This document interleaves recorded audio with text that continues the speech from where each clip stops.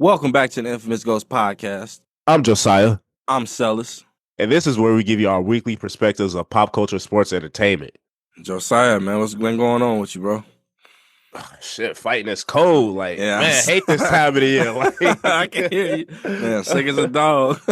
Man, I'm down over here. But what about you? What's new with you? Man, it's a whole lot been going on. I graduate this Saturday, so, man, I just been kind of nervous for it, but kind of excited for it at the same time because I'm so ready to be done with school. At least school out here in Iowa, man.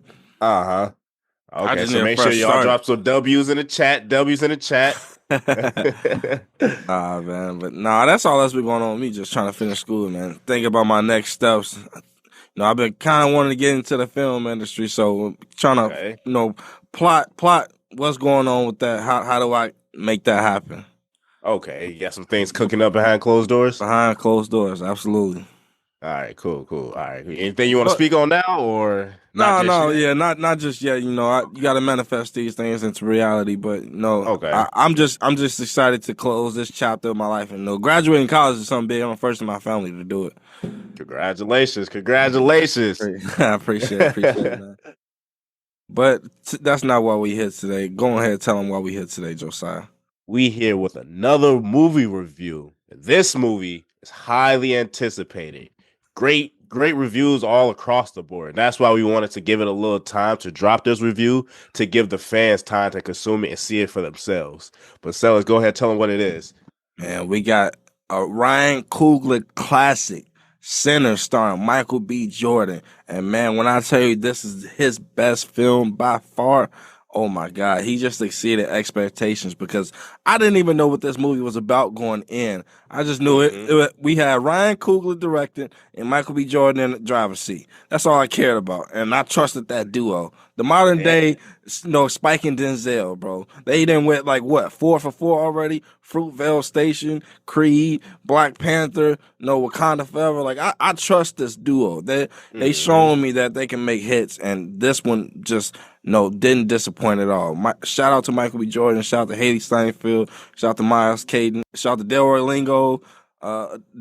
I mean, and bro, I feel like man, this cast was star-studded. Yeah, and I can't think of his name off the top of my head, but the character that played Sammy, Preacher Boy, this was his first role. No, literally, I read that he was a background singer for her. Really? Dang. Okay, that makes sense. He did have a good voice, and I feel like he kind of he held his own in his role. I'm not gonna say he had the best performance in his role in this movie, but it was up there. I'm not gonna lie, it was up there. I mean, it's his first role, so I feel like there's room for improvement. But man, he definitely stood out. I feel like he should get more opportunities from this role. Hell, and he up there with some heavy hitters: Michael B. Jordan, Delroy Lindo. Oh my God, bro, he deserves an award for this movie, man. Just think about it. Crooklyn, Malcolm X, Soul of the Game, now Sinners, he should be in that conversation with the Morgan Freemans and the Samuel L. Jacksons and all that. And he had a recent movie with Spike Lee, The Five Bloods, bro. You gotta watch that. I feel like he should have gotten a nod for that movie, man. Just never missing. And then the character work he did in this movie was on par. One character I was really impressed with was Michael B. Jordan playing his own twin, because he was playing two different people with two different personalities, but they're kind of the same. You can always tell which one is which. Yeah. And I've been reading articles, seeing people they should have got Jonathan Majors to play his brother, or what's his name? Coleman Domingo. He's a good actor, but I'm those are great actors, don't get me wrong, but Michael B. Jordan did his thing with this, and I really hope he win an award for this. Yeah, I feel like he definitely, there was a great dynamic between the two where you can tell that you can tell which one was on screen just by the way they acted, their emotions, how they treated people, how they received stuff. Let's just get into it, man. I feel like let's get into it. We're really going at it. Ryan Coogler's Sinners is a supernatural horror film set in 1932 Mississippi. It follows twin brothers Smoke and Stack, World War I veterans returning home to open a juke joint, only to confront a vampire threat that challenges their community and beliefs. Yeah, and with that opening scene, like when Sammy walking into the Yeah, into the church, church. Yep, with yeah, Jedediah. I just knew, by the car, the way the church was built when he opened the door. I saw the people, the way they were dressed. That really right there, I'm like, okay, this is like the 30s. Like you could tell just by that one scene. Yeah, that small church. And It was on like a plantation, wasn't it? yeah, something like that. Yeah, like them back cotton field almost. So, and I feel like with that kind of set the tone of like what this movie gonna be about. Because as Sammy's father is talking to him, Sammy's having flashbacks of the Yeah, when 90s, getting scratched in his face and getting scratched. So this is gonna be like a cultural movie with like some horror elements. That's what I got from that opening scene. yeah, I definitely appreciated all the cultural themes of this movie because it kind of highlighted the struggle that we received at the same time while also keeping that entertainment factor in the movie. Yeah, dude. So we see twins Elijah, aka Smoke, and Elias, aka Stack Moore, played by Michael B. Jordan, return to Clarksdale, Mississippi after years in Chicago where they was working for Al Capone. Like Which is what? crazy. Like what? And like this says this is the year 1930, like two or something. It kind of lines up because I know Al Capone went to trial like in the early 1930s, so That's timeline crazy. lined up. That's But just go ahead, crazy though. talk about that scene, like how perfectly edited it was when Oh Michael B. my Jordan was god. smoking a cigarette, I handing it get, back and forth to I himself. guarantee that took at least like maybe 2 days, 3 days to shoot because, Mm, bro, you got him in one position, just laying back, smoking, but you gotta seamlessly pass the cigarette to nobody that's there. Nobody's there. right. So you gotta be perfect placement. Oh my god! And then the fact that that scene went on for so long that they passed it back between each other like 2 or 3 times. Yeah, that definitely took a couple of days to shoot. I'm just like shout out to the editors, like editing, because I know they had to work overtime to make sure there was no edits, nothing was out of place, because they put us It was out, seamless. and you couldn't even tell like all throughout the movie when Michael B. Jordan was talking to himself or like in the scene next to himself, you Yeah, couldn't even tell like it was no, edited. it was Like perfect, sometimes I man. forget he was playing himself, like in both of them characters. Yeah, it was perfect, man. Shout out to the visual effects teams, man. The whole aesthetic of the movie, like they used film for this movie. It wasn't shot digitally. Oh, damn! How can you tell? You can just tell just from like the grainy image on screen. Like it's just not as like I want to say sharpened. Okay. And That like yeah, he shot this on like I think he said 70 millimeter IMAX film. y'all, he speaking in director language. I don't really understand But that. like basically like with film, so all right, so with digital you can get a lot of takes because it's digital, you a lot of space. With film, Okay. say I get one track of film. Once that film runs out, you got to reload it to keep shooting. You can't just Uh-huh. continuously shoot. So less takes. So you got to get your shit right Mm. if you on film. Okay. You said they shot this on film? Yeah, Okay. So I feel like that's for like you gotta have some heavy hitters, some good yeah, actors to like do absolutely. that. And they had a stacked cast for that. Okay. But during that scene, we see they're buying some land from a guy named Hogwood. Yeah. And Yeah, just and racist, bro. You can just tell from his energy. Just unintentionally racist. God damn, bro. uh-huh. And in that scene, you could tell the differences between Smoke and Stack besides the color of their hats. Like Absolutely. Stack, like he like the smiling like one. And you tell Smoke is more serious because he was like, well, he say we He was like, grown man. yeah, he was like, we grown men with grown men Man, bullets. bullets. Yeah. Smoke said we got damn slobbing a little bit. Shit. I'm keeping that in Oh shit. I'll get a little excited talking about this movie. Fuck. it. Oh, shit. No, something stuck out in that scene. They was like the floor has been clean, so you could tell like their sixth sense is aware of something. And they've been clean, and it's like trying to like how you can tell he's on BS. Like he was just suspicious, yeah, because that I felt like what's his name, Hogwood. Hogwood, yeah, I feel like you could tell he was hiding something from like obviously just a typical salesman, like just hiding the hand. But uh, what did Smoke tell him? He said, "If you or any of your clan boys come around, we gonna shoot you dead." Like Where you stand? Yep. And I felt like that line was always foreshadowing something in this movie because he said it for a reason. You're Mm. not just gonna say that and not show it, you know? It's like this is the 1930s in Mississippi, so segregation is still Jim Crow's is heavy down there, and Absolutely. clans, yeah, they was shit, we still trying to get rid of them. Like, so yeah, that was a good scene. Next, we see Smoke and Stack pick up their cousin, Sammy, Yep. aka Preacher Boy, and as they driving, I forgot which twin said it, but it stood It out. was stacked. Well, yeah, okay. When Stack said Chicago ain't shit but Mississippi with tall buildings instead of plantations, I was like, damn, that's low key a bar right there because I feel like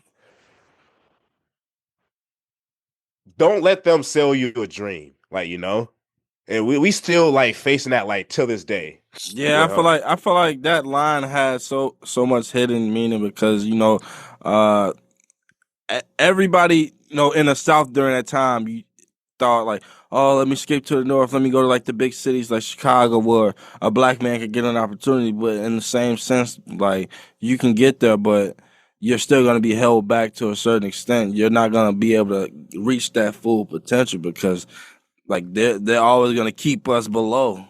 exactly. So like, if you do go up north, you fighting a different battle, but it's the same war. Yeah, So yeah, I ain't gonna lie, that part did stick out to me a lot. yeah. That's Ryan Coogler and his writing, man. Yeah, facts. Well, now they try to assemble a team, for the juke joint. Hmm. They get Sammy the guitarist, and now they got to go get somebody who else got musical capabilities. They go get pianist Delta Slim, and played by Delroy Lindo. Uh Let's talk about this for a little bit, man. what you want to touch on? Man, just when he had that first scene with him and Michael B. Jordan. Just Uh Daryl Orlando and Michael Jordan going yin for yang. I love when they was in the scene together. And huh. I feel like he really embodied this character, with the mannerisms, like bro. I was like, Uh-huh. I really enjoy every time he was on screen together. Like, what did you think of how he played this role? Oh, when I first got introduced to the character Slim, I knew Delroy, he had to like really tap into a different character. 'Cause look at all his other characters, he really tapped into this one. Excuse me. Like he gave that vibe, like, a drunk dude, like, Yeah. but loves music, and then his accent really like showed that. And and when he told Sammy, then what he threatened him was something. I forgot what exactly he said. He was like, Oh, he was like, I think you. ah, I'm blanking on it, bro. I'm yeah, I'm really like, blanking on it. I was like, yeah, that's some old Southern stuff right there. Like trying to tell like the new Oh school don't no, know yeah, nothing when about this. he tried to play his music at his station, and Uh-huh. he's like, "I kill you dead right here." Yeah, that's what he said.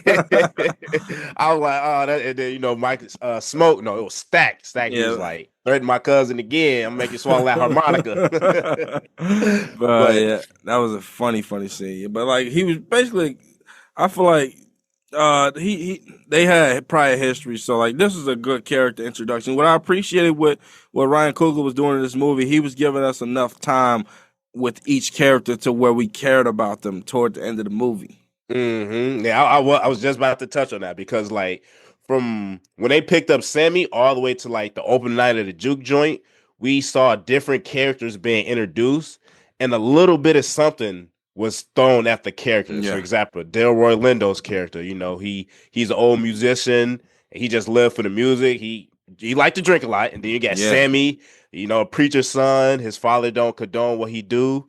Then you got Haley Steinfeld character. I'm gonna let you talk about her character.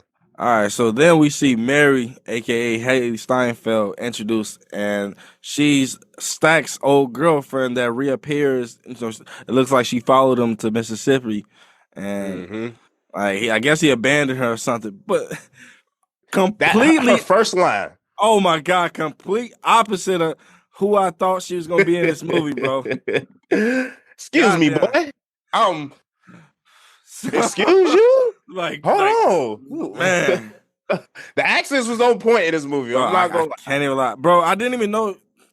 So apparently Haley Steinfeld's grandfather is half black In real life? in real life. Wow, damn. So that makes her 1/8 black. Hey, afternoon, my octoroon. Oh God, she used all percentages of that one. Hey, I know when she walked into our audition room. You ever saw that Jordan Peele skit? He What? was like, he's 1/8 black. He afternoon, my octoroon. You in there? You in there? Check it in. You in there? That's how she got the role. Bro, that's crazy, bro. I'm telling you, most of those Key and Peele skits came to real life. No, them niggas Like are that comical genius. Obama one, literally Obama recreated it himself, bro. He did. Oh shit! Like them niggas are geniuses. But Yeah, what do you fact. think about that opening scene between Mary and Stack? So at first I thought the character was white, but then because Sammy was asking questions like, "What are you?" No, or, like he didn't ask that up front, but like he was like curious. You could just see in his eyes like this white woman over here is. Yeah, like He iteration of thought, dating that about was for real. He thought I was gonna die or something. Like, but nah, you could just tell that her and Stack's character had prior history and that she was there for a reason. And you kind of sympathize with her when she started speaking about her mother, mother dying and Stack leaving. So it just seemed like he abandoned her at her weakest. Right. Yeah, and then he kind of like shot her down. Like he was like, Yeah. your mother was nothing to me but a bed and a hot plate. I'm damn, that's kind of cold. And then Super. you wasn't saying that when you oh wow. That's what I'm saying, bro. I'm like, Hey, yo, who is this? I'm thinking like, damn, what is Josh Allen thinking? Like, Man, that ain't the sunflower Sway Lee was singing about. Oh man. But no, that was a good scene. Like, kind of like I said, it gave us a little backstory on Mary, and it gave us made us more emotionally attached to us. Yep. And in that scene, we are introduced to, I think her name was Darlene. No, Pearline. Pearline, excuse me. Yeah, that's I want to talk about this character. Go ahead. So she's introduced as a married woman, and first thing Sammy said, I ain't gonna lie, shout out to Sammy. He said happily. Hey, like he was shooting. He was shooting from half court, man. He made it. That motherfucker went in. He stepped back. Cooking up, bro. I was like, it's an evil world, man. Even in the 30s, no man. It's like that husband stuff went right out the window when he said that. Out the window, because when he said happily, she never said yeah. So and they recruited her because she became the singer for the juke joint. So that was a good recruitment back there, and she actually got a really nice voice in real life. Like, yeah, she do. She do. Yeah, so shout out to Jamie Lawson because she definitely killed this role, and I'm looking forward to seeing her in more projects. But man, the Pearlie character, y'all women are dirty, man. Y'all women are dirty out here. Oh man, but no, I still like that scene because we saw Preacher Boy and Slim, test out their chemistry, and that's when Stack saw the idea to promote his club. So I really like that scene right there. And then while Stack and Sammy was out, recruiting, then you saw Smoke on the opposite side of town, talking to his some friends of his that he knew. It was a interesting Asian American couple. Yeah, Grace and Bo. Yeah, so yeah, and that was pretty true. So I've done some research on this, and like during the 1930s in the South, Asians were the only ones selling to black folks. Like that's where we got our groceries from during that time, because we couldn't go to white grocery stores. Well, I was pretty uneducated. They don't teach this shit in school. Yeah, especially where we live. Hell no. But that's really like interesting to me. So I actually go do some like homework. This film actually make me want to go back and learn some things. I love about, stuff like culture. This. Yeah, because I was pretty ignorant about this. But one thing about this scene I really liked when Smoke was negotiating with the little girl to put more money in her pocket. Oh yeah. I'm paying you 10 cents an hour. I love that he was like empowering a woman, like know your worth. Like don't ever let a man tell you your worth. Like that's basically what that scene was doing. Exactly. So, and you saw she was happy with the 10 cents, and he wanted her to go up. So, that scene really stuck out because you saw Smoke. He was like kind of the serious brother, Uh huh. and that scene it shows like he had morals, even though they had It a was bad rap around their name. yeah, you could tell it was the soft side of him towards Yeah. kids. So yeah, I like that. And then you saw they go into Bo. What's his name? Bo. Yeah, so they go to Bo's store, and the Mm-hmm. little girl, he was recruiting Bo because he wants his wife to make a sign and to do some other work for them, but the little girl started beeping the horn, and two men are trying to steal out of his truck, and man, in the broad daylight in front of everybody, shoot him in the ass, shoot the other, and then shoot the other dude in the kneecap just because he's standing there. He's like, I gotta keep my reputation. Like, damn. Yeah, that He shows literally called a stray. no bullshit. And shit, that shows right there. Like they got a wrap around his name. It's like they got fear in the city. Not like fear. It's like fear slash love in the city. Yeah. Like people know not to mess with Yeah, them. I would say it's mostly fear because you know the World War status and the fact that they work with Al Capone. Uh huh. I'm guessing they were hitman because if he's just comfortable with shooting his own people in broad daylight, then he didn't shot some other people for nothing. Yeah. Fact. Facts. Especially what the accuracy he had. Yeah, because He. they established the war background and the fact that they work with mafia. So I'm guessing they were Mhm. hitmen. Oh yeah, they gotta be. They was too heartless not to be. I want to talk about the scene where we see Delta Slim, Stack, and Sammy all ride in the car together, and Delta Slim goes on this long monologue detailing a backstory about I want to say was it a singer or some? It was somebody he knew. Yeah. I think it was like a band he knew. You know, they. Yeah, I'm gonna go ahead. Let you tell it. So it was I don't know if it was a singer or a band he knew, and just about the good times they had. But no, eventually, like I love the sound in the background that was going on with the story because it kind of painted like a visual representation if you close your eyes. And Hmm. he talked about the person getting lynched, and then like that sent him down in a downward spiral, with just drinking and drinking. Well, then he say they were getting paid what like how much to come perform in front of the white people? Uh, so it was like a low number compared to now, but I'm sure it was high. I don't know the exact number. What was it What like? is like $20 a show or something like that? Yeah, something like that. But in the 30s, that's a lot of money. That's probably like Yeah, got I it, don't. got it. It Yeah, was man, but that whole story just I feel like that monologue right there should have earned him an Oscar nod. It will earn him an Oscar nod. Speak it to existence. Delroy hmm Lindo, you'll win an Oscar for that scene right there, bro. yeah, because it was a powerful scene, and like I said, Ryan Coogler gave us enough, of their background, but not too much. And we see why, like, while Slim started drinking a lot because the stuff his friends went through, and his Hmm. friends tried to get out the game, honestly. But he was falsely accused of, typical back in the Yeah, day. yeah, they said he pulled up to the train station with the money that he had, and then Yeah, man, and dark. I feel like that would like kind of symbolizes like he's kind of like trapped like where he's at. Like, he can't get out because his friend tried to get out the moral way and he got hung doing that. And that's why he drinking himself to death. So that's what I got from that scene. And like that, and it kind of that character kind of came off as very selfish. He only cares about himself. So hmm the ending to his story was very poetic in a way. It was wow. I didn't even make that connection. Wow, yeah. Because at first he didn't even want to perform at the juke He gym didn't care about because him. He just want to make his money and drink. exactly, exactly.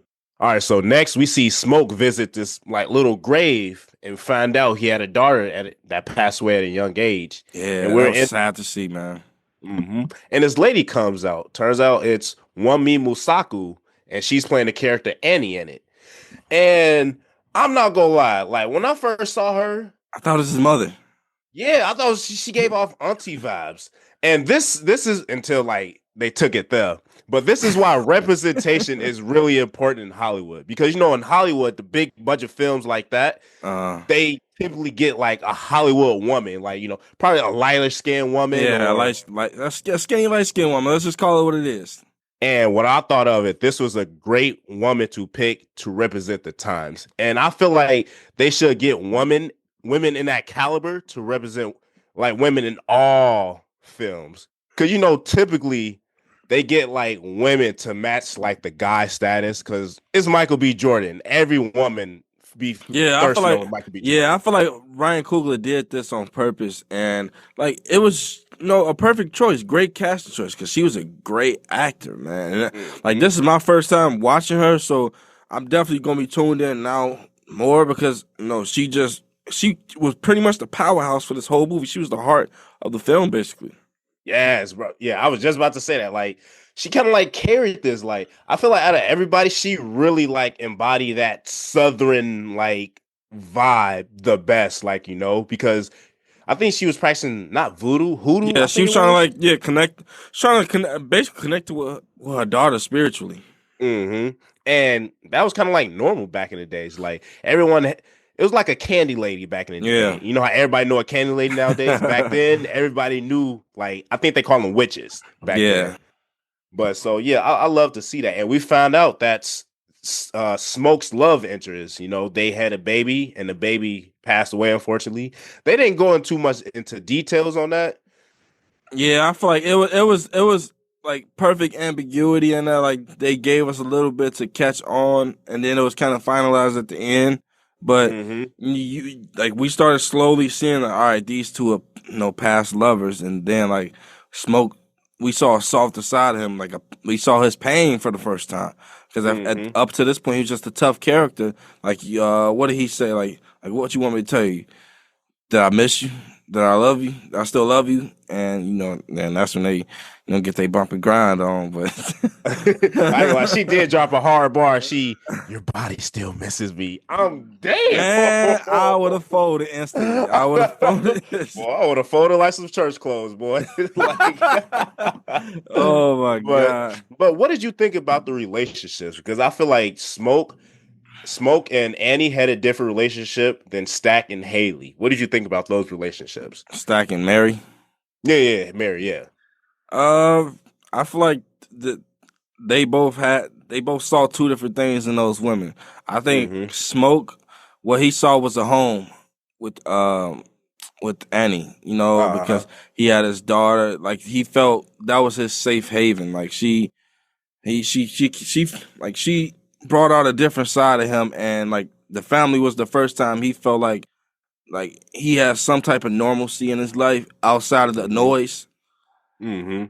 And Yeah. I feel like with Stack and Mary, there was just lust, But at the same time, like they spent enough time together where that love was grown into something Mm-hmm. special because he cared about it. Like he wanted to keep her safe away from the life that he was living, but at the same time he wanted to spend all his time with her. Yeah, and I was like, I knew they loved each other. I'm talking about Stack and Mary, but he loved her so much. He knew she was going to get the backlash from dating a black dude, Yeah, and he didn't want her to get that hate. They kind of touched on that later on throughout the film. That's when I found out, like, why he was pushing her away because he cared about her. yeah. So, and yeah, two different vibes, but I know they love their women. So, Yes, but like in that scene with Smoking Annie, she warned him of something like supernatural happening like that night. hmm, is Remember, she? she was like, "There's some type of like." They looked at the board and she like, "There's some type of supernatural occurrence going on." And then that's where we cut and see Remick run into that house, burning up the Ah. Irishman. Okay, damn, that part kind of went over my head. Yeah, like that jumped right into the scene where we introduced to the vampire Remick. He runs onto a plantation with a couple, and like he opened the door, and two of them with a shotgun pointed at his head. And then like an Indian tribe is following after, like looking for him, like Uh-huh.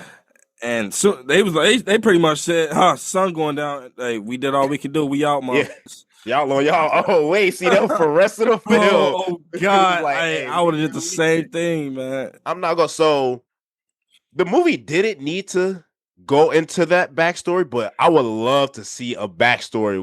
With the Native Americans They hunting did vampires. in the beginning. Really?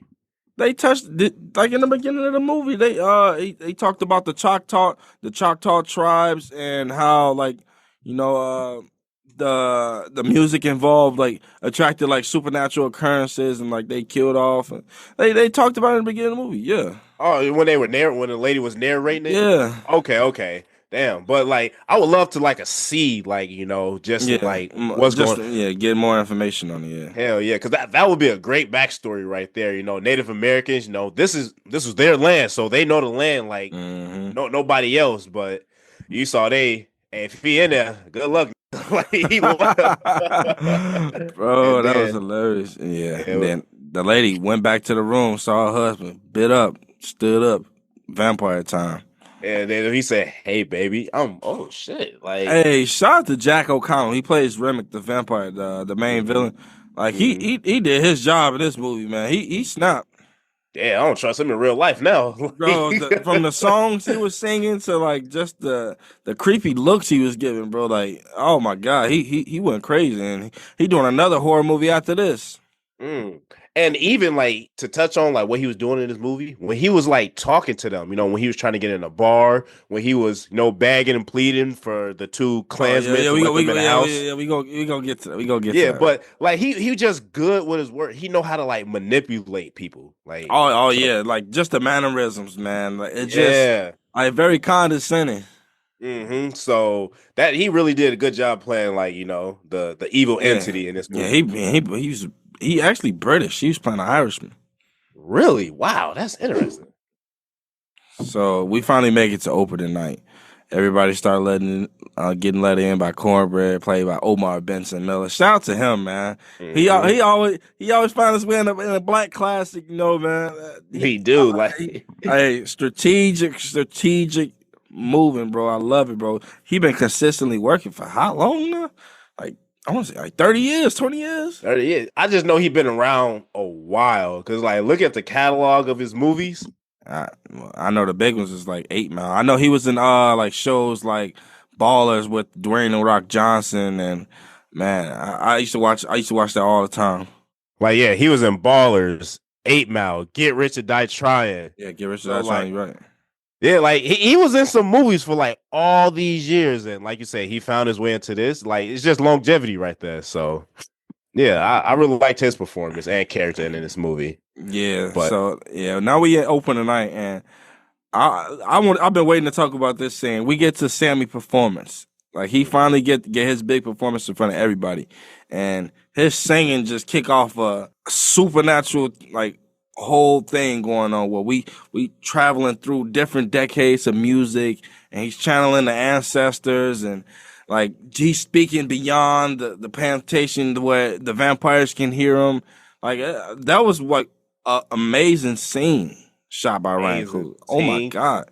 And probably the best one take scene of all time, just because how important and what he captured in that one scene. Because, like you said, we got through decades, we got through rap music, like modern day rap, we got West Coast in there, we got Asian culture, Oh, you saw the and Bloods and Crips like yeah, that. Yeah, so, crip walking and all that, yeah, and we just got so many cultures like throughout that one feel, and I feel like there was like deeper meanings into it, like how all of us, we got different cultures, we got all our music means different things, but yeah. it I think all brings us together, yeah, just the history behind the music that just channels all these different tribes, ancestors, everybody together, like just like you yeah. were saying. And man, the camera moves, like the swinging around, like the camera moves allowed transitions throughout the taking, man, and just I really enjoyed that scene, man. I would Yeah, I love to really. see like the behind the scenes on how they did that. Like what type of cameras they use, like the marks and shit people had to hit. Like I just know it took some work. Like shout out the choreographers for that. So Yeah, they did a big one. And also I was about to say that scene also kind of represented like I feel like music reaches through realms, like because you saw like there was a hole in the roof. It was obviously like symbolic, yeah. but it's inviting, the outside like to them because Remick got attracted to Sammy's voice. Yeah, and So that pretty much kicked off everything that went wrong with this night because mhm. Remick and his team approached the juke joint. They try to get in. obviously they white. They're not gonna get into a black juke joint in the 1930s in Mississippi of all places. Exactly. So, and I think Smoke, he saw, like, he didn't want to let them in. Not because he saw something wrong with them, but more so it's like, hey, I just want to protect my people. Yeah, he had a great line like where you couldn't even argue with it. He was like, "What if somebody spill a drink or bump into him?" Or look at Like, that woman for too long. yeah, like what like anything can happen to just make all this night go bad. He basically said all money ain't good money. But I do want to like rewind to like the opening night at the scene because Haley Steinfeld had the funniest line in the movie. Oh my God! When Sammy walked up to him, when she walked up, so let me break down. Sammy sees Mary walks into the juke joint, goes up to her, obviously get rid of her because Stack don't want her there, and she's a white woman. Well, she looks like a white woman, Right. and Haley Steinfeld in a perfect line reading says, "Boy, if you don't get the fuck out my face," My like, face. bro, what the? Oh shit! Like he actually channeled the black woman in her for Oh that. my Like God, bro, that was so perfect. funniest shit in the That movie. line will be memed for the rest of her career. Rest I of hope her she prepared to see this. life. Boy, get the fuck out my face! Oh Like, man. and like I'm gonna post a screenshot. Like, hey, if I post this, just no, get the hell out my face.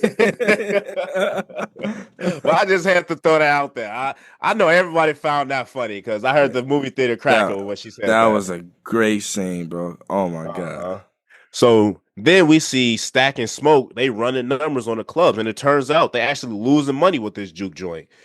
So they get to talking. Then Stack start talking to Mary, and Mary was like, "Yo, I can help them white folks that just came at the door. I can stop them before they get too far." And that's what Mary did. She went out there and she talked to them.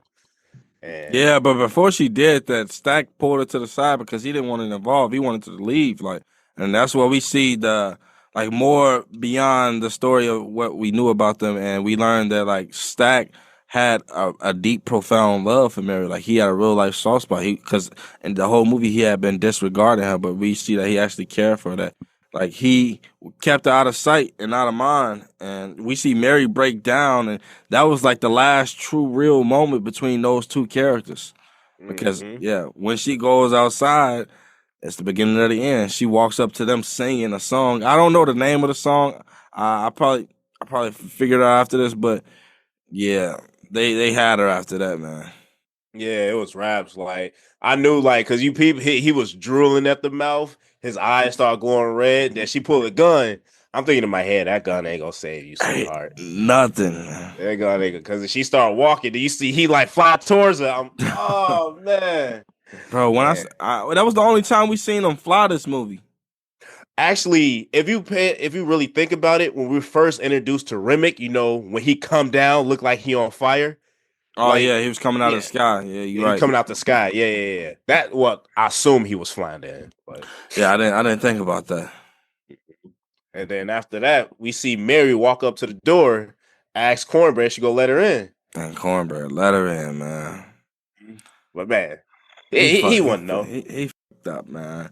He did. Then he went to the bathroom. When he said he gonna take a piss, oh man, not Yeah, Cornbread, man. man. They took him out, bro. You knew Nah, that. You knew he took that piss. That was the last one he was ever gonna take in his last life. one. I was like, man, he got a pregnant wife at home. That's supposed to give him that good neck because he was come home with $40.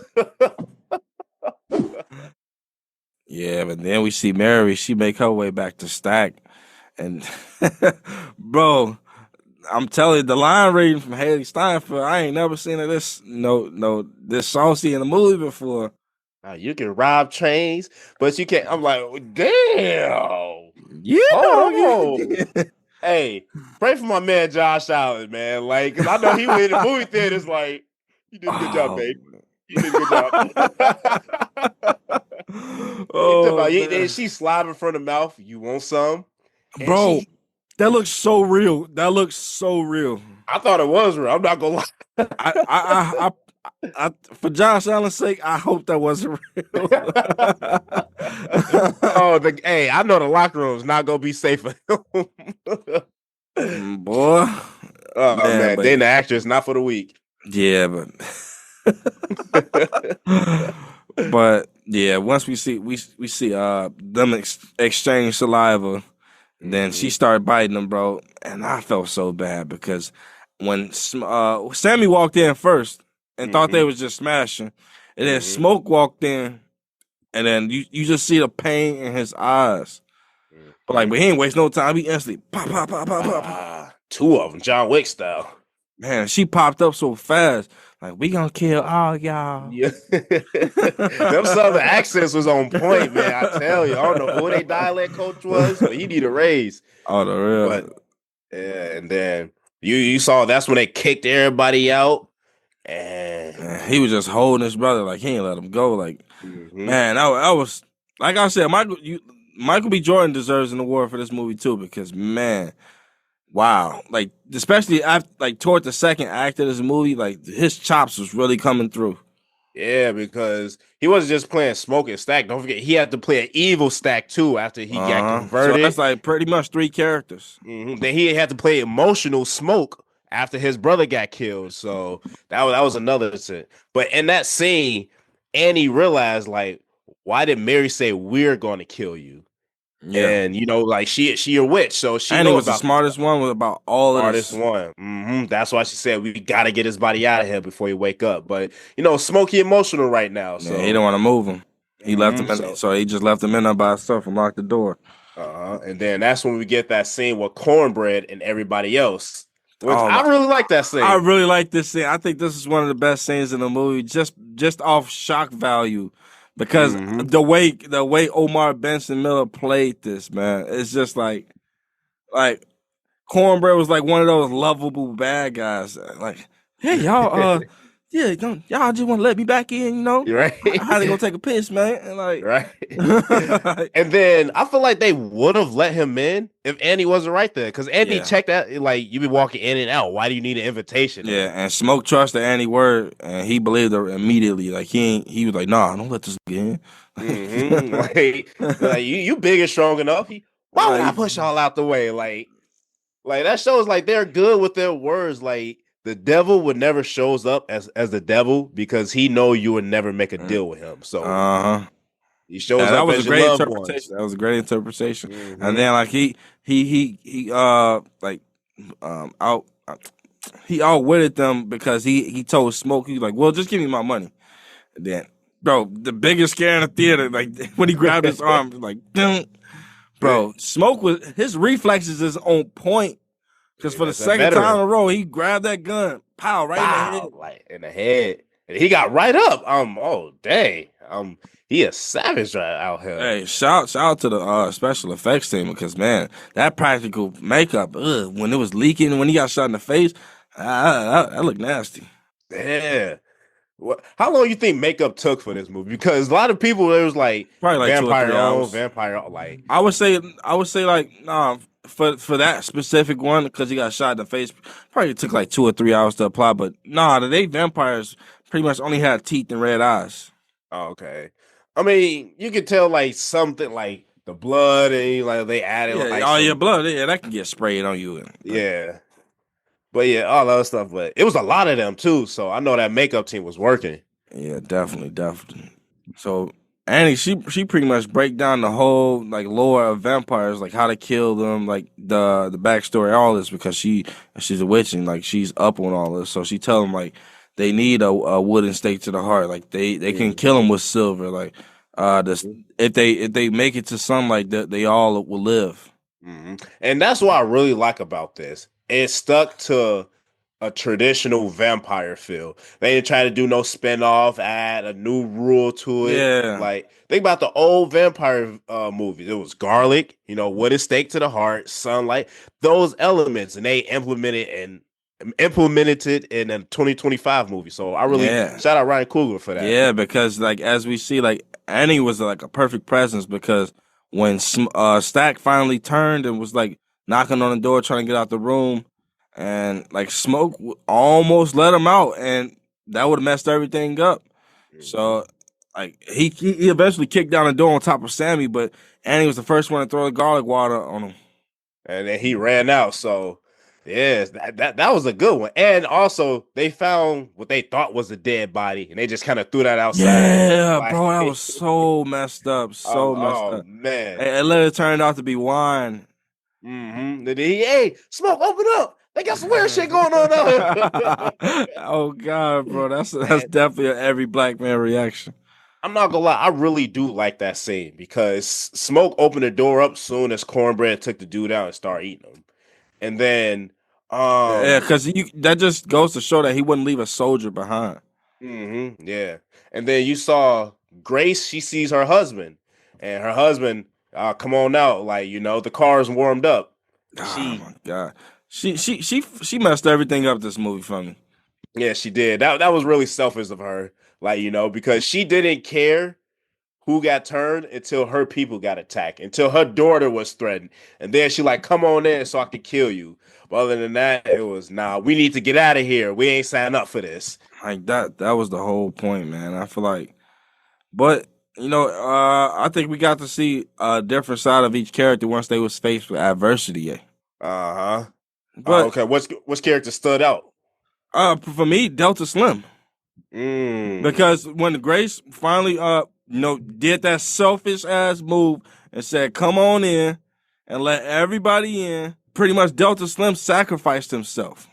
He did, yeah. Like this was a selfish character the entire movie. Only cared about himself. Only cared about drinking and making his money at the train station playing music. Like he would like in the beginning of the movie he wouldn't have, put himself on line for others, but he actually cared about the people there and it was like here he distracted everybody, all the vampires while everybody escaped upstairs or whatever.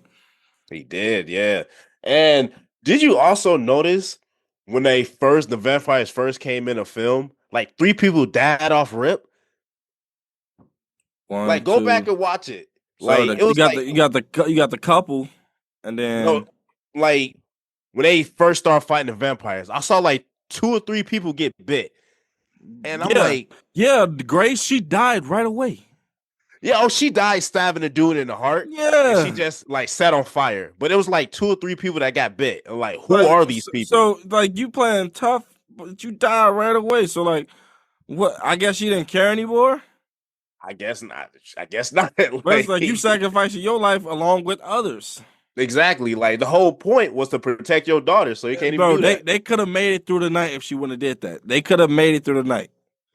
But if they did make it through the night, you got hundreds of vampires roaming the city, So in a way, that it was kind of a good thing what she did. A lot of people died, but they put an end to it. Yeah, but that was a great scene, man. Like, man, it was a heartbreaking scene actually because like you see everybody try to stand their ground, and then you see Annie get bit, and Yeah. and she made Smoke promise to her that if she get bit, that he would kill her, Mm-hmm. and he had to kill the love of his life, like stake through the Mm. heart, bro. Just watching her Man, bleed out, like I said, Michael B. Jordan deserves an award for this movie because Smoke was going through a lot.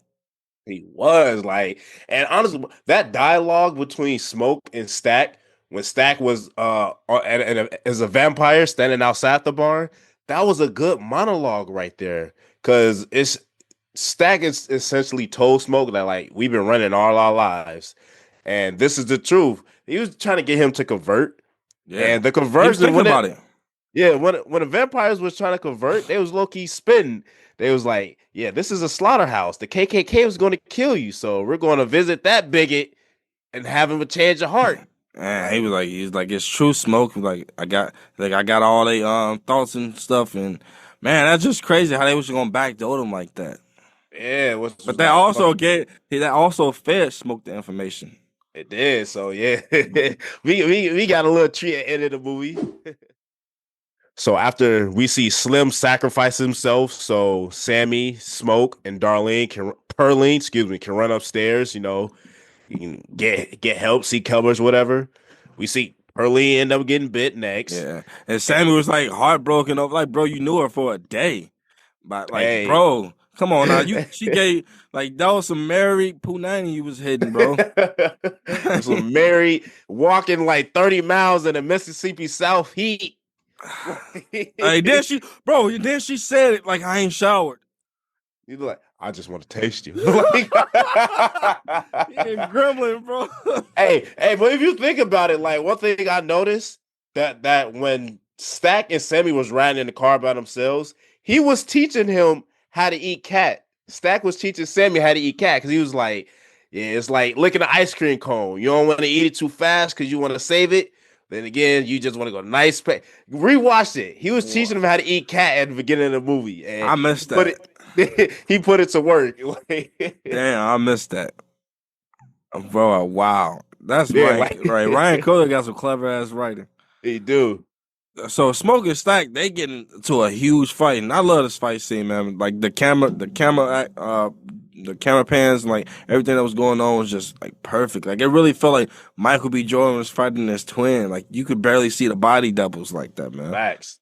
Yeah, and then while they were fighting, Sammy he got caught by Remick. Yep. And did you notice like I want to ask? What did you get from this scene when Remick started praying with Sammy?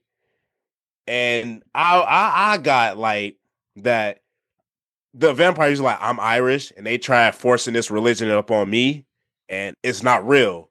So I'm going to pray with you and baptize you and still turn you to a vampire because no Jesus is saving you. That's what I got from that. That's pretty much it, man. I feel like, yeah, because at the end of the day, like evil. Well, in this sense, evil wins. Mm-hmm. And with Sammy, like it was also powerful how he came back, with the silver and plunged him because like it was like the beacon, I guess. Yeah. But because Sammy voice was the one that awoken all these spirits and supernatural elements. So Mm-hmm. I guess Sammy in some sort of way was like some religious prophet. Mm-hmm. So like him, I don't know. Like I'm not too big on the Bible, so Yeah, I yeah. could be wrong about a lot of this stuff. But like I don't know. I feel like Ryan Coogler, he had like some clever like way of having Sammy be the like I guess some sort of light or beam that can defeat all evil. Mm-hmm. Yeah. That's a good way to look at it too, because he end up did defeat him at the end. But I don't know, I just like kind of thought like in that movie, that exact movie, in that scene, we was told, Christianity wasn't real because this religion Yeah. was forced up on you by the people that brought you over here. So And that's sort it, of what they was trying to do the whole movie because they was trying to like at first they wanted to come listen to some juke music, but then they was mhm, trying to like force their own music onto them by mhm. coming around and singing and stuff. And then they started killing them and then having everybody sing the music. So it was like it was a lot going on in this A movie. lot, yeah, it was a lot. And then we see Michael B. Jordan, Smoke take a wooden stake to the heart, Yeah. ceramic. Yeah, So man. That ended it all and then the sun come up and pretty much all the surrounding vampires burning up and dying. I think that was a good scene. And I want to shout out the makeup effects artist on Remick, like his final form, like his Yeah. devil form. I was like, damn, that shit got Bro. scared real quick. Man, I Like, would I would have loved to have seen this movie in its original format for that last scene because I know that specific scene was supposed to be IMAX and like I just know it would have hit hard looking at it in their intended uh-huh. format. Yeah. How can you tell the difference? Like you could just tell it fits the theater frame. IMAX is like way more big and you're way more immersed into the film. Okay. Damn. Like I would say like if you how do I explain this? Go watch Endgame on Disney Plus, and then uh go watch I want to say and pretty much any other Marvel movie that's not IMAX on it. So like Okay. go watch like Avengers 2. Okay. Like And you'll just see the difference. the difference in aspect ratio. Oh damn. I'm gonna check that out. I guess I really never paid that much attention to it, but I'm gonna check that out. So pretty much we're brought to current at the next scene because it's Sammy being told to get out of here by Smoke. And he drives and takes the guitar with him back to the church. Uh-huh. Now we're back where we're at from the beginning. I ain't gonna lie. I thought Sammy was one of them because you Me notice too. when he opened the church doors, he didn't come in until his dad said, "Come in, son." Oh damn, this is. I swear to God, I was thinking the same thing, bro. I was thinking, I was like, he ain't even come in until he invited him in. That's the whole premise of the movie.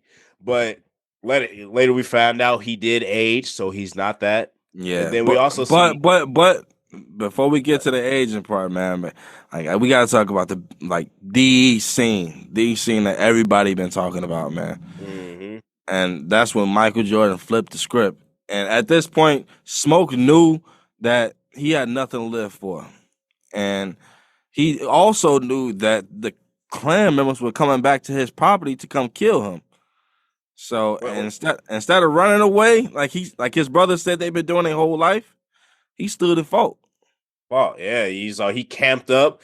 He planted his Tommy gun. Was great. Tommy guns was infamous back in the 30s, like Man, true mobster stuff. bro, I would have loved to seen that in IMAX. That scene, man. Oh my Mhm. god! But then he was sniping them too. Like showed his war experience. Yeah, he did. And shit, so as he had wasn't hogwood on the floor, I thought he was dead because Annie and a baby popped up because we Yeah, saw he got shot. And I thought he yeah. bled out or And she was something. like, "You can hold her, baby." Just I thought like him grabbing the baby was him transitioning over. But he let off like the whole round in Hogwarts. Like he should have let off some more shots in him, but Man, because he like even on his deathbed, man was saying the N word. I just man he earned all 80 of them bullets. 80 and Samoso. Man, But yeah, I feel like that was a wholesome moment because I feel like Smoke, that's all he ever wanted was a family. And that moment right there, even though they wasn't present on Earth with him, that's the yeah, like closest he would ever have to a family right there, holding his baby. So yeah, man. It was a poetic ending because Smoke I feel like was a very dark character, and then we mhm. finally we got to see his version of a happy ending, and the only version of that was in death, but reunited with his loved ones. Hmm. And at that same time, we see Sammy. He decided not to put the guitar down. Nope. Turns out he ended up driving up north to Chicago. Fast forward, you see he a music legend in the 60 game. Like, years, yeah. uh-huh. So we see we got his own nightclub. He performing, and we get the first post credit scene. You want to talk about that? Yeah, man. His agent or the manager of the nightclub basically was like, "We got two people that want to come see you. They've been asking to get in all night." And Sammy said, "Yeah, let them in." Hmm. Who did it turn out to be? Stack Stack and and Mary. Mary. And we found out Smoke let Stack live if he only let Sammy live through the rest of his life. Mm. And you saw he kept that promise. He kept You the know, promise. Sammy aged. You saw the little scar on his face, and Sammy told him he was like, every night, every day I wake up thinking that was the best day of my life until sun went down. Do you miss that? Man, And then Stack said, "Yeah, I miss it that because was a last time great ending monologue. Great he ending said monologue. last time I seen a son is the last time I seen my brother." I was like, He man, was like, that's and for those 2 little hours, we was free. mm-hmm. Free. Man, It's powerful. like powerful. It's like I ain't gonna lie. I thought Sammy wanted to live forever. I thought he wanted to go to the other side I thought because he was gonna turn too. but I'm glad he did it. So I And feel like the guy that plays Sammy in his later stage, that's like I guess like an iconic blues legend. I don't know his name, but really, yeah, he pretty famous. Yeah, actual mm, musician in real life. wow, I actually really got to do some research. So I'm We gotta do some not little too research. familiar. Yeah, I got to do some research on that. But yeah, I'm not too familiar with the blues Yeah, me players either. because I can ask my grandma about that. so I know what blues. I do know what music it ties into modern day. Like if you take it all apart, really look at the roots, it comes from rhythm and blues. Like, oh, what do you think R&B stands for? Man, Like shit, rhythm rock and and roll blues. all came from that. Yeah, it's Elvis took that shit over. He gentrified that shit. Yeah, I mean, but I feel like Yeah, yeah, I think this movie kind of represented like that, like the cultural element of music, and yeah, if you think about it, it's sort of musical. It had like what, like 3 or 4 musical sequences. it did, and it even had like some like Irish traditional music in there. Yeah, When that's what Remick I'm was saying. singing, yeah. So yeah, and it's so many cultures, and it was beautiful to see. I'm not gonna lie, it was beautiful and educating at the same time. So Yeah, absolutely. Now, yeah. th- let's get down to the ratings, man. If you could rate Mm. this movie out of 10, Whatever. What All would you right. rate this, man? All right. So last Michael B. Jordan movie I saw was Creed 3. And I think I gave it what, a 9 out of 10 or a 10 out of 10? I don't know. But looking back, it was still a great movie. I Yeah, probably give it like a 7.5 or 8 out of yeah, 10. yeah. That's just because We like, was fresh to the yeah, review and fresh, stuff. yeah. But fresh off reviewing this, I'm giving this like a 9.5 out of 10, honestly. Yeah, I'm giving a 9.5 out of 10, man. I feel like, and that's not even just saying like I feel like if a half would say this was like perfect, but Hmm. in a way this was perfect, man. But I just feel like I can't give them that. Yeah, like 10 is like class. Even though I feel like Yeah, this is going to be a classic. this is a classic, bro. Fuck it, 10 out of 10, bro. 10 out of 10. 10 out Yeah, of we're 10, going man. all in. 10 We out of going out of 10. there. Yeah, Ryan Coogler, listen to me, bro. From now on, whenever you drop a movie, we know Spike Lee. We got a Spike Lee joint. Whenever we see the title credits to your movie, we need to see a Ryan Coogler classic. That's all I'm asking. That's Facts, man. because that's all you make, bro. Fact. Nothing but bangers. Nothing but bangers. And I feel like with this one, they really like dove into like history with this one. And so many people from so many different like places can really appreciate this film. So Facts. yeah, that's I yeah. really enjoyed it, man. And I feel like this movie got so many room for spinoffs because I would love to see a Oh, spinoff. oh yeah. We Like, still got Stack alive. Like we can get another movie. yeah, we got Stack Alive and shit. We can see how Smoke end up living out rest of his life, or we can see. I would love to see a spinoff, with the Indians Wait, hunting the I vampires. thought this Smoke not bleed out and die. They didn't show it. Yeah, they didn't show it. But yeah, I don't know, man. Yeah, that's weird.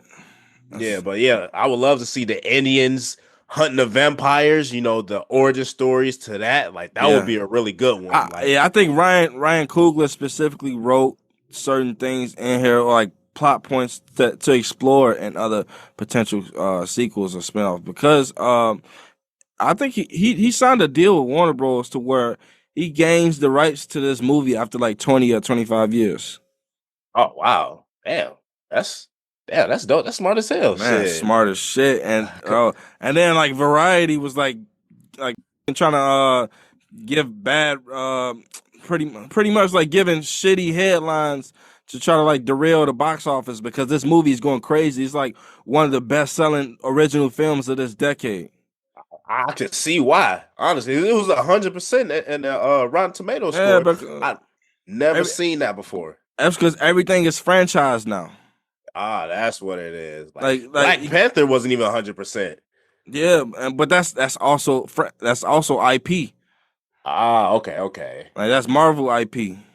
got it. Like when I say original film, I mean like somebody just took pen to paper, wrote their own movie, Ah, that's came up what with their that. own idea. Oh, okay, yeah. And compared to Marvel, they probably got like 30 writers You doing feel me? this. Yeah, trying to connect films. Okay, that makes sense. So yeah, that team who wrote this movie is honestly just like a genius. Like whoever put this movie together. Ryan So Coogler damn. wrote and directed. Damn, that man, I would love to interview Ryan Coogler And me someday. too, Just, man. just to see how his mind operates. Man, I swear to God, bro, that would be one of the dopest interviews ever. I listened to his All the Smoke interview, and it just hearing his story is so inspiring. Like about him, going from playing sports in college to like going to film school in California, like just amazing, bro. What accomplishing now. Yeah, yes. I'm excited to see what else he got in the future.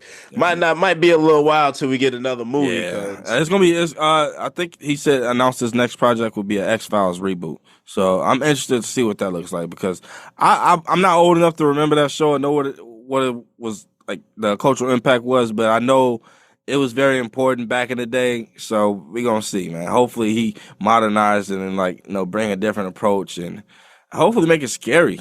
okay, yeah, I'm not too familiar on that either, but I would love to see that if it's directed by him. So Yeah, me shit. too. All right, that's going to do it for us today, y'all. Make sure you like, comment, and subscribe. Follow us on Facebook and YouTube at Infamous Ghost Podcast. And you can follow us on Instagram at Infamous Ghost Pod. And you can follow us on Twitter and TikTok at Infamous Goats. But till then, we'll catch y'all next time. Peace. Peace.